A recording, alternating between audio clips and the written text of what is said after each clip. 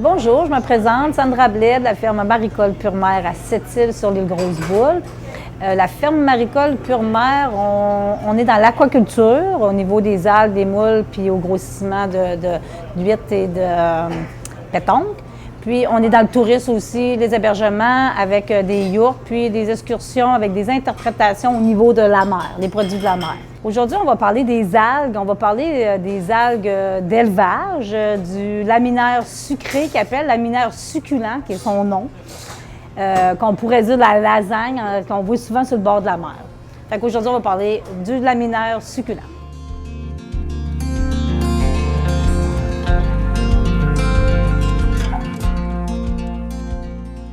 Les algues, il y a les algues d'élevage puis il y a les algues sauvages. Au niveau des algues d'élevage, c'est des algues on a des plantules qu'on met sur une cordelette en plein mois de septembre-octobre, puis qu'on récolte en juin, fin juin, début juillet. Les algues poussent en hiver, poussent à l'eau froide.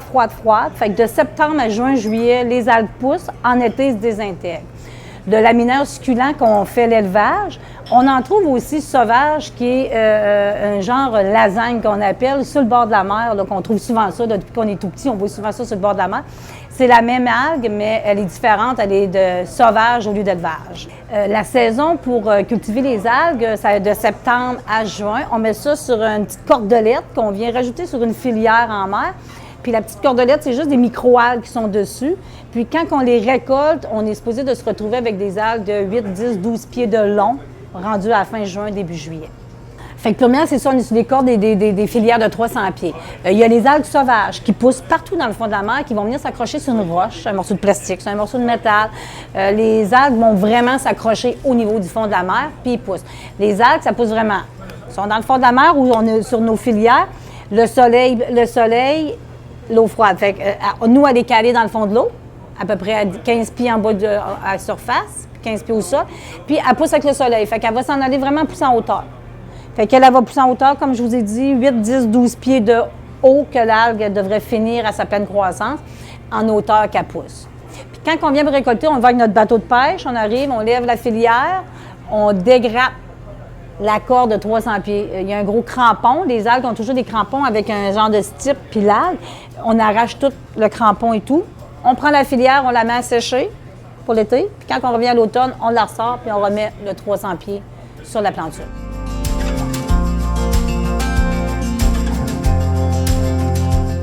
Les algues poussent en hiver, du mois de septembre au mois de juillet, fin juin, juillet. Fait que ça pousse 9 mois de temps, les algues, qui est une belle chose pour les entreprises comme nous, qu'on travaille beaucoup l'été, mais que ça, on met ça l'hiver, puis on n'en parle plus. Quand on récolte les algues, les algues naturelles sont toujours brunes, jaunâtres, brunâtres, ça jaune tout le temps un petit peu. Puis ça, c'est vraiment les algues qu'on va ramasser sur le bord, pas traitées.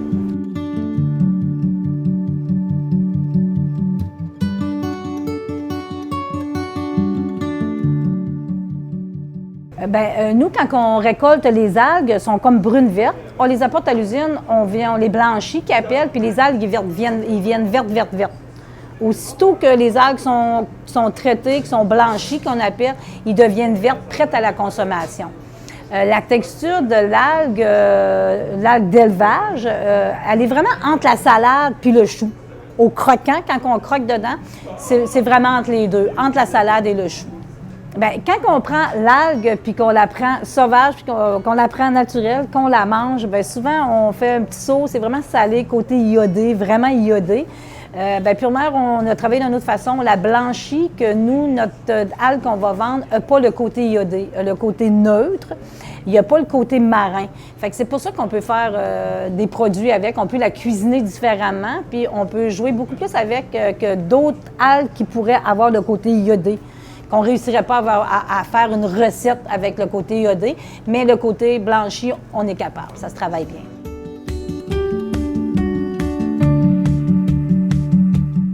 C'est l'algue qu'on retrouve un peu partout sur la Côte-Nord, en Gaspésie, aux îles un peu. C'est un algue c'est l'algue qui, j'ai l'impression, qui est supérieure à toutes nos algues au niveau du fond marin. On a d'autres algues, on a la dulce qui est dans le fond marin, on a l'hilarie, la salade. Il y a plein d'autres d'algues qu'on pourrait exploiter.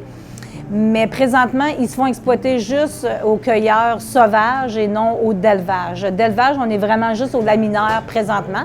Éventuellement, on devrait avoir d'adultes ou d'autres choses, tout dépendant de la demande qu'on va avoir sur le marché. Bien, l'algue a beaucoup de propriétés. Je pense que, écoute, de plus en plus, on en entend tout parler. On commence, moi, je ris, je fais souvent des lavages de cerveau à mes amis, que les algues, vraiment, tous les nutriments, vraiment tout ce qu'on a besoin, en fait, de vitamines, iode, on parle de toutes les fibres, tout. C'est vraiment une poignée d'algues équivaut à une quantité de vitamines qu'on a besoin pour notre corps à tous les jours. Fait que oui, l'algue, elle a beaucoup de propriétés.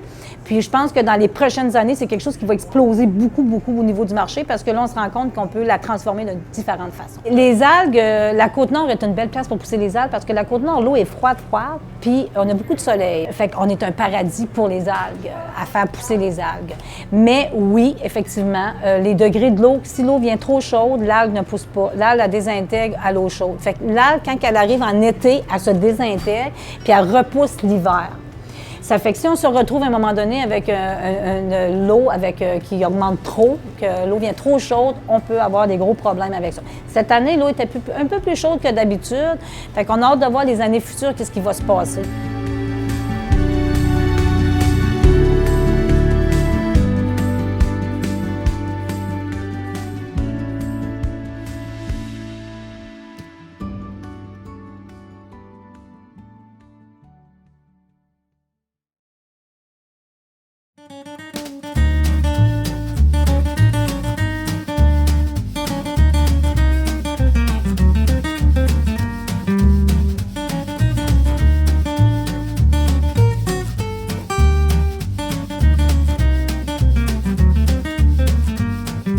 Bonjour, Billy Tanguay, chef propriétaire du Bavard L'Ivrogne.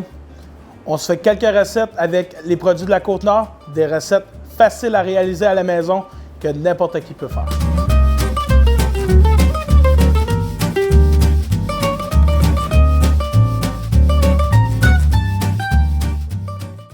Pour cette recette, on se fait une salade d'algues façon asiatique.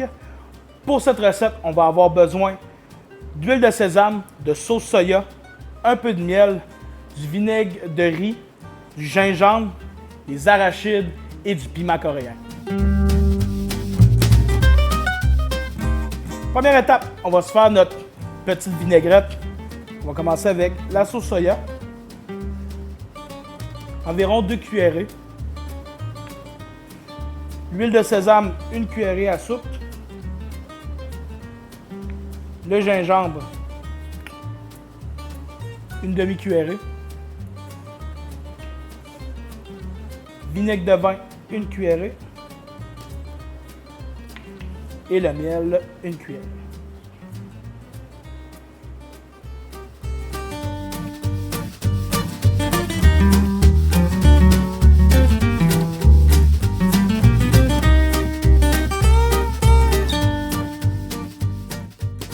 Alors, on va venir ajouter la vinaigrette sur les algues.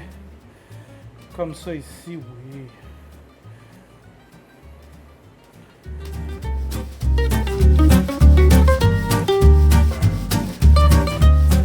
On finit avec les arachides. C'est surtout pour donner de la texture. Et le piment coréen. Ça, c'est pour le piquant. Fait que vous en mettez comme vous voulez. Si vous n'avez pas de piment coréen à la maison, sriracha, sambalolek. Bon appétit.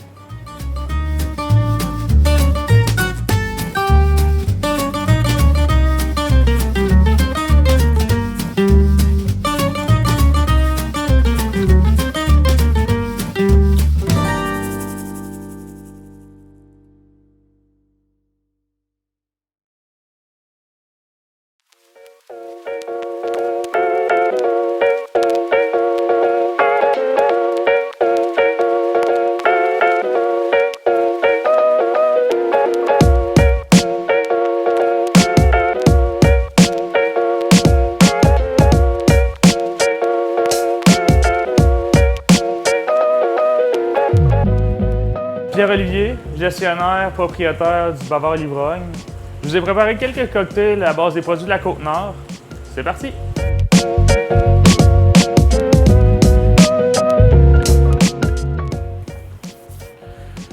Bonjour à tous, aujourd'hui je vous présente une réinvention du mojito. J'ai appelé ça l'alguito. Dans le fond, on fait un petit mojito à base d'algues, de menthe, de sucre d'érable ainsi que de jus de lime et de lime. Le tout commence comme suit. Vous mettez un petit peu de menthe dans un pilon mortier.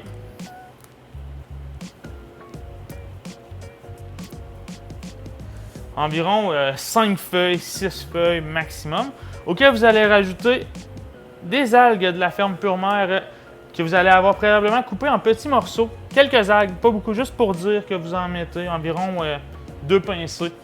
Vous rajoutez 1 once de sucre d'érable dans le pilon mortier ou au goût. Si vous aimez les cocktails un peu plus sucrés ou un peu moins sucrés, ça va dépendre de votre goût. Moi, j'aime ça quand c'est assez sucré un mojito. Donc, j'ai mis 1 once. Fait que vous venez écraser le tout. Une fois terminé, ça va vous faire une substance un peu verdâtre avec, dans le fond, le sucre, la menthe et les algues. Je rajoute une cuillerée du mélange. Je vais venir lui mettre environ 2 tranches de lime. Puis, je vais venir piler au pilon mortier. On va sortir tout le jus et de la lime. Ensuite, on rajoute 1 once et demi de rhum.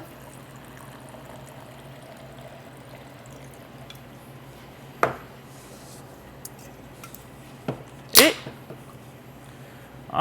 on foule le reste de club soda. Et il ne faut pas oublier la glace. Je vais venir rafraîchir le cocktail.